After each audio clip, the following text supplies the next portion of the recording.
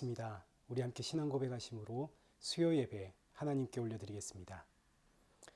전능하사 천지를 만드신 하나님 아버지를 내가 믿사오며 그의 외아들 우리 주 예수 그리스도를 믿사오니 이는 성령으로 잉태하사 동정녀 마리아에게 나시고 본디오 빌라도에게 고난을 받으사 십자가에 못 박혀 죽으시고 장사한 지 사흘 만에 죽은 자 가운데서 다시 살아나시며 하늘에 오르사 전능하신 하나님 우편에 앉아 계시다가 저리로서 산자와 죽은 자를 심판하러 오시리라. 성령을 믿사오며 거룩한 공예와 성도가 서로 교통하는 것과 죄를 사하여 주시는 것과 몸이 다시 사는 것과 영원히 사는 것을 믿사옵나이다. 아멘. 찬송가 286장 우리 함께 찬양하시겠습니다.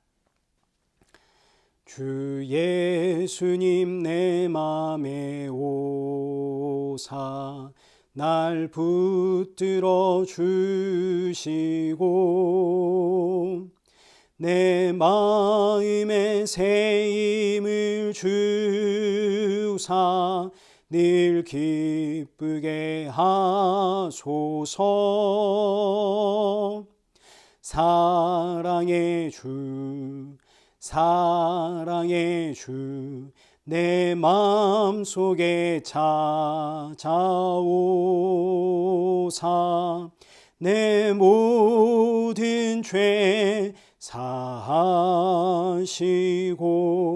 내 상한 맘 고치소서. 주 예수님 내 맘에 오사 내 소원 다시고 내 무거운 짐 맡아주사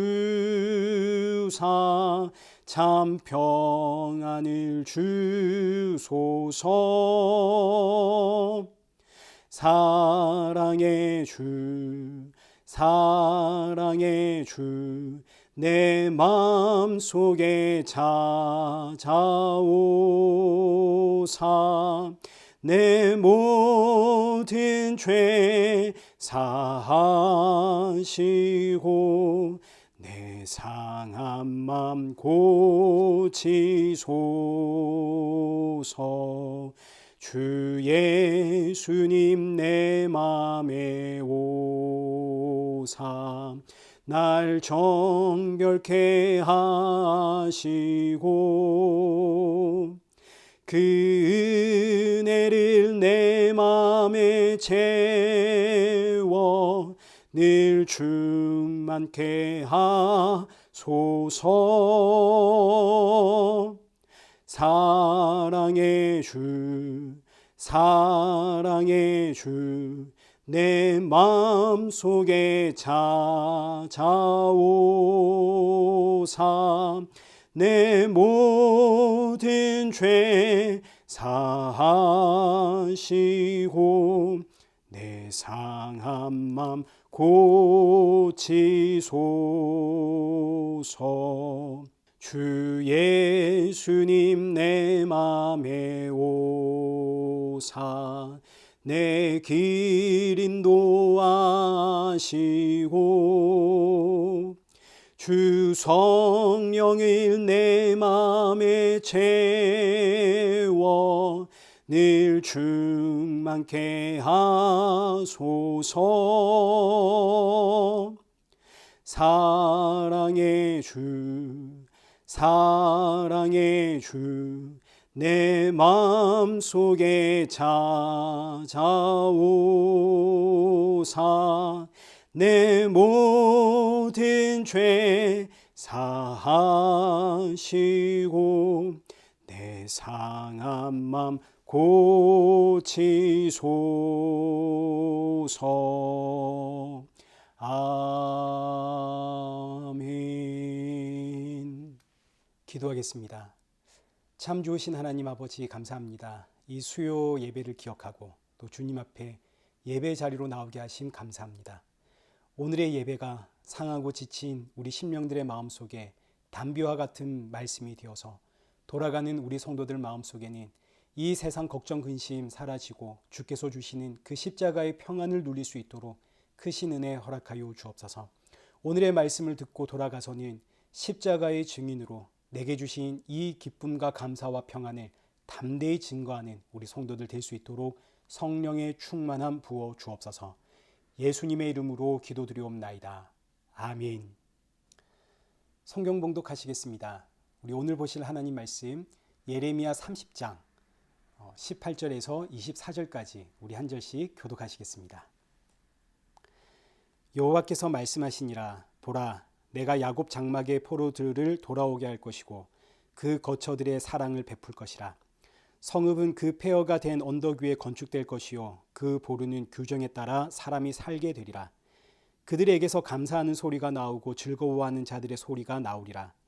내가 그들을 번성하게 하리니 그들의 수가 줄어들지 아니하겠고 내가 그들을 존귀하게 하리니 그들은 비천하여지지 아니하리라. 그의 자손은 예전과 같겠고 그 회중은 내 앞에 굳게 설 것이며 그를 압박하는 모든 사람은 내가 다 벌하리라. 그 용도자는 그들 중에서 나올 것이요 그 통치자도 그들 중에서 나오리라. 내가 그를 가까이 오게 하리니 그가 내게 가까이 오리라. 참으로 담대한 마음으로 내게 가까이 올 자가 누구냐? 여호와의 말씀이니라. 너희는 내 백성이 되겠고 나는 너희들의 하나님이 되리라.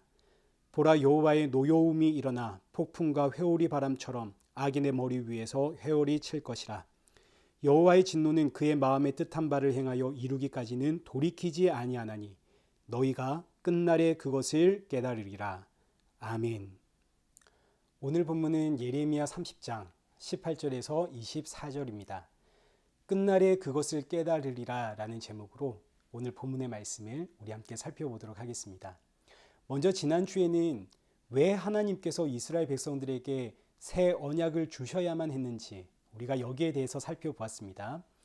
아담과 하와의 선악과 사건 이후로 사람의 상태는 12절과 13절에 기록된 것처럼 고칠 수가 없는 상태입니다.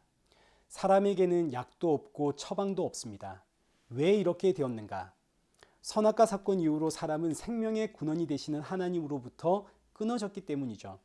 하나님으로부터 끊어진 인생은 그 자체가 저주고 심판이고 죄고 사망입니다. 여기에는 약이 없습니다. 이 사실을 알라고 주신 것이 우리가 잘 아는 율법이죠. 율법은 사람은 고쳐서 쓸 수 있는 존재가 아니다. 하나님으로부터 끊어진 존재다. 사람에게는 방법이 없다 하는 것을 알려주는 도구입니다. 그래서 로마서 3장 19절 말씀 이하의 말씀 보시면 율법은 모든 사람의 입을 막고 온 세상으로 하여금 하나님의 심판 아래에 있음을 알게 하는 것이고 여기 20절의 말씀처럼 율법으로는 죄를 깨닫는 겁니다. 그래서 주시는 언약이 새 언약인데 새 언약은 그러므로 내가 너를 구원한다입니다. 그러므로 내가 너를 구원한다. 사람의 힘과 노력과 정성으로는 구원이 불가능하기 때문에 그러므로 내가 너를 구원한다. 그러니까 새 언약은 하나님의 무조건적인 구원의 은혜를 뜻합니다. 그러나 이 새 언약도 사실은 진짜 새 것은 아닙니다. 옛 언약은 하나님께서 모세를 통해 주셨는데 이 옛 언약이 있기 전 창조 때부터 하나님은 우리에게 새 언약을 말씀하고 계십니다. 여러분 천지 창조를 한번 생각해 보십시오. 하나님께서 천지를 창조하시고 여섯째 날에 사람을 창조하셨습니다. 먼저 남자를 창조하시는데 남자는 어떻게 창조가 되냐면 성령으로 창조가 됩니다. 창세기 3장 7절입니다. 여호와 하나님이 땅에 흙으로 사람을 지으시고 생기를 그 코에 불어넣으시니 사람이 생명이 되니라. 여기서 사람의 코에 불어넣은 생기가 바로 성령입니다. 그러니까 사람은 성령으로부터 나왔다 이런 뜻입니다. 이 말씀이 오늘의 핵심이니까 여러분 이 말씀을 잘 기억하십시오. 태초의 사람은 성령으로부터 나왔습니다. 그리고 나서 이제 하나님이 여자를 만드시는데 여자는 어떻게 창조가 되냐면 창세기 3장 21절입니다. 여호와 하나님이 아담을 깊이 잠들게 하시니 잠들매 그가 그 갈빗대 하나를 취하고 살로 대신 채우시고 여호와 하나님이 아담에게서 취하신 그 갈빗대로 여자를 만드시고 그를 아담에게로 이끌어 오시니 자 보십시오. 여자는 어디서 나왔나요? 여자는 남자에게서부터 나왔습니다. 남자는 어디서 나왔나요? 남자는 성령에서부터 나왔습니다. 자, 여자는 성령으로부터 나온 남자에게서 나오는데 이때 여자를 만들기 위해 남자는 깊은 잠에 빠집니다. 여기서 깊은 잠에 빠졌다라는 의미가 죽음을 뜻합니다. 성령으로 나온 그 남자의 죽음으로 누가 만들어지더라? 여자가 만들어지더라. 그럼 여기서 성령으로부터 나온 남자는 누구를 뜻할까요? 바로 예수님을 뜻하겠죠. 그래서 예수님을 아담이라고 하는 겁니다. 로마서 5장 14절 말씀 보시면 아담은 오실자의 모형이라. 그 오실자가 누군가? 바로 예수 그리스도. 그래서 예수님이 이 땅에 무엇으로 오셨나요? 성령으로 잉태되어 오시죠. 첫 아담이 성령에서 나왔듯 이 아담의 모형이 되는 그 예수님이 때가 되매 성령으로 이 땅에 오시더라. 자, 그럼 이제 여자는 누구를 뜻하겠습니까? 여자는 성별의 이야기가 아니라 저와 여러분이 바로 여자입니다. 근데 이 여자는 어디서 나오냐면 남자에게서 나오는 거죠. 이 남자가 누군가? 성령으로부터 오신 예수 그리스도. 근데 이 여자는 어떻게 나오는가? 성령으로 나온 남자의 깊은 잠, 이 남자의 죽음을 통해서 여자가 나오더라. 이미 성경은 예수님의 십자가 사건을 천지창조 그 시작부터 말씀하고 계시는 겁니다. 여자는 성령으로부터 나온 그 남자의 죽음에서 나온다. 자, 보십시오. 그런데 이 여자가 선악과를 먹습니다. 디모데전서 2장 말씀을 보십시오. 이는 아담이 먼저 지음을 받고 하와가 그 후며 아담이 속은 것이 아니고 여자가 속아 죄에 빠졌음이라. 자, 죄는 누가 지었나요? 여자가 지었습니다. 남자는 죄가 없죠. 왜요? 여기서 이 남자는 예수님을 상징하기 때문입니다. 물론 여자가 남자에게 선악과 주어서 같이 먹게 되지만 이때 선악과를 먹은 여자와 남자는 전부 여자입니다. 이게 어떤 의미인지 여러분 충분히 이해가 되시죠? 여자가 선악과를 먹고 하나님으로부터 끊어졌습니다. 이때 주의 영, 성령도 여자에게서 떠납니다. 여자는 사람을 뜻합니다. 사람은 성령으로부터 나와야 사람입니다. 성령이 떠나면 사람은 짐승과 같습니다. 동시에 사람은 성령으로부터 나온 남자에게서 나와야 사람입니다. 그러니까 사람이 되려면 두 가지의 조건을 충족해야 되는 겁니다. 첫째는 성령으로 나와야 하고 둘째는 성령으로 나오신 그 남자에게서 나와야 사람이 됩니다. 그런데 사람이 선악과 먹고 이제 주의 영이 사람에게서 떠났습니다. 하나님으로부터 끊어졌죠. 이때 하나님께서 사람, 이 여자에게 주시는 약속이 뭐냐면 바로 창세기 3장 15절에 기록되어 있는 최초의 복음, 원시 복음이라고 불리우는 말씀입니다. 여자의 후손이 뱀의 머리를 상하게 하고 뱀은 그의 발꿈치를 상하게 할 것이지만 그 여자의 후손이 너희를 구원하리라. 이 복음의 말씀이 바로 새 언약입니다. 이미 성경은 그 시작부터 새 언약에 대해서 말씀을 하고 계십니다. 여기에는 이유도 없고 조건도 없습니다. 여자는 죄를 지었을 뿐입니다. 그러나 그 여자의 후손이 너를 구원하리라. 오늘 예레미야에 기록된 말씀으로 표현하자면 그러므로 여자의 후손이 너를 구원하리라. 그래서 예수님이 여자의 후손으로 이 땅에 오시는 겁니다. 여자의 후손으로 성령으로 잉태되어 이 땅에 오신 예수 그리스도. 그 예수님이 십자가의 죽음으로 이제 자기 백성 여자를 만들어내는데 여자는 죄만 지었습니다. 여자에게 어떤 자격과 조건이 있는 게 아닙니다. 무조건적인 은혜로 성령으로 나오신 그 남자 예수 그리스도의 죽음으로 말미암아 내가 너를 낳겠다. 그러니 옛 언약은 왜 너희가 죄인인가? 너희는 어떻게 죄인이 되었는가? 이걸 가르쳐주는 언약이고 새 언약은 그러므로 내가 너희를 무조건 구원하겠다는 은혜의 언약인데 이 새 언약, 이 은혜의 언약은 진짜 새 언약이 아니라 원래부터 처음부터 약속되었고 처음부터 주어진 은혜의 언약입니다. 이 언약을 따라 하나님의 백성은 자격과 조건이 아니라 무조건적으로 구원을 받는데 이 구원의 내용이 이제 18절부터 20절입니다. 18절 보시면 내가 야곱의 장막의 포로들을 돌아오게 하겠다. 19절 그들에게서 감사하는 소리가 나오고 즐거워하는 자의 소리가 나올 것이다. 20절 내 백성을 압박하는 자들은 내가 멸하겠다. 그리고 나서 21절에 이 백성이 어떻게 구원을 받아 나오는지를 말씀을 하시는데 21절 보시면 하나님께서 영도자와 통치자를 보내겠다 약속을 하십니다. 그럼 여기서 영도자와 통치자는 누구를 이야기하겠습니까? 바로 예수님 이야기하겠죠. 이어지는 말씀을 보면 더욱더 분명해집니다. 하나님께서 영도자와 통치자를 내게 가까이 나오라 하십니다. 참으로 담대한 마음으로 내게 가까이 올 자가 누구냐? 이 땅에는 그 누구도 하나님 앞에 나올 자가 없습니다. 하나님은 죄인을 용서하지 않습니다. 이때 죄인이라는 개념은 윤리 도덕적인 개념이 아니라 하나님의 영, 성령이 떠난 사람의 상태를 뜻하는 게 죄인입니다. 선악과 사건 이후로 사람에게서 하나님의 영이 떠났기 때문에 사람은 하나님 앞에 설 수가 없습니다. 오직 성령으로부터 나온 사람이 하나님 앞에 설 수 있는데 그분이 누군가? 오늘 본문에서는 영도자, 통치자로 표현이 되었고 그는 곧 예수 그리스도, 성령으로 나신 예수 그리스도를 통해서만 사람은 22절에 기록된 것처럼 하나님의 백성이 될 수 있고 그때 하나님은 그들의 하나님이 되십니다. 자, 그러니 이제 보십시오. 지금 하나님께서 예레미야에게 주시는 이 말씀은 창세기부터 시작해서 한 점의 흐트러짐이 없이 일관되게 이어져 내려오는 복음의 말씀입니다. 자, 그리고 23절 말씀. 보라, 여호와의 노여움이 일어나 폭풍과 회오리 바람처럼 악인의 머리 위에서 회오리 칠 것이라. 여호와의 진노는 그의 마음에 뜻한 바를 행하여 이루기까지는 돌이키지 아니하나니 너희가 끝날에 그것을 깨달으리라. 죄로 인한 하나님의 진노는 돌이킴이 없습니다. 죄인은 반드시 하나님의 심판을 받습니다. 선악과 먹은 사람은 반드시 죽습니다. 하나님의 노여움은 마치 폭풍과도 같고 회오리 바람도 같아서 그 사람의 모든 것을 휩쓸고 심판을 합니다. 근데 놀랍게도 이 무시무시한 심판이 어디서 이루어졌는가? 예수님의 십자가에서 이루어집니다.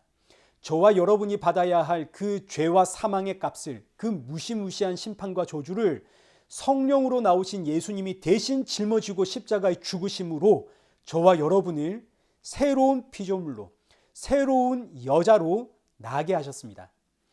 이 일을 우리가 언제 깨닫게 되냐면 여기 24절 하반절에 너희가 끝날에 이것을 깨달으리라. 그럼 그 끝날은 언제인가? 사도행전 2장 16절입니다. 이는 곧 선지자 요엘로 말씀하신 것이니 일렀으되 하나님이 말씀하시기를 말세에 내가 내 영을 모든 육체에 부어주리니 오순절 성령 강림의 날이 바로 오늘 본문이 이야기하는 끝날입니다. 지금 사도행전 2장 16절의 이 말씀은 베드로의 설교인데 베드로가 어떤 사람인가요? 예수님의 그 십자가 죽음 앞에서 예수님을 모른다고 부인했을 뿐만 아니라 예수님을 저주하고 맹세까지 했던 사람입니다. 근데 오순절 성령, 그 성령이 베드로에게 임하자 요엘 선지자가 외쳤고 예레미야 선지자가 말한 그 끝날이 말세가 바로 지금입니다. 하나님께서 하나님의 영을 이 자기 백성들의 육체에 부어주어 새로운 피조물이 되게 하신 그날, 선악과 사건으로 하나님의 영이 사람을 떠났으나 예수님의 십자가 사건 이후로 그 하나님의 영이 다시 자기 백성을 찾아온 그날, 그날의 사람은 오늘 본문에 기록된 새 언약의 말씀을 깨닫게 되리라. 그래서 오늘 저와 여러분이 창세기부터 예레미야까지 이어지는 이 새 언약의 말씀을 듣고 아멘 하게 되는 겁니다. 그러니까 오늘 말씀이 이해가 되고 아멘 하게 되는 것은 바로 성령이 나에게 임했다는 증거가 되는 거죠.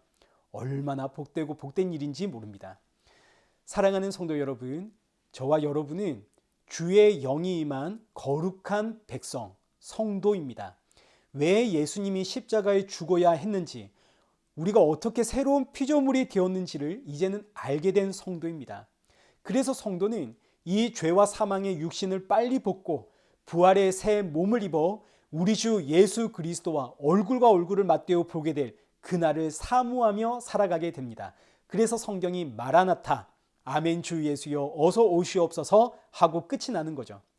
사랑하는 성도 여러분, 우리는 로마서 11장 36절에 기록된 말씀처럼 예수님에게서 나왔고 예수님으로 인해 존재하다가 예수님께로 돌아가는 인생입니다. 이 말씀을 우리 깊이 묵상하며 나를 구원하신 이 은혜를 남은 이 한 주 더 많이 감사하고 더 많이 찬양하고 그리고 더 힘써 증거하는 그런 저와 여러분 되시기를 축원합니다. 우리 이 시간 함께 기도하겠습니다. 살아계신 하나님 아버지, 우린 너무너무 연약한 인생입니다.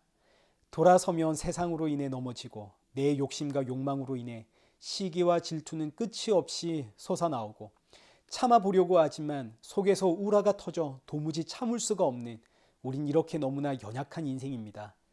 그러나 그렇게 주님 십자가의 죽으심으로 나를 구원하셨다는 이 사실이 얼마나 귀하고 감사한지 내 모습을 알면 알수록 더욱 생명의 주가 되시는 예수님의 은혜가 더욱더 깊이 알아져 갑니다.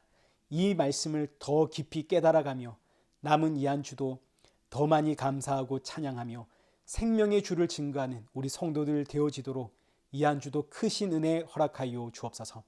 여전히 우리 앞에 해결해야 할 문제들은 많이 있지만 그러나 주 앞에 서 있으면 이 모든 문제는 아무것도 아니라는 사실, 주가 주시는 그 평안으로 살아가는 우리 성도들 될 수 있도록 크신 은혜 허락하여 주옵소서.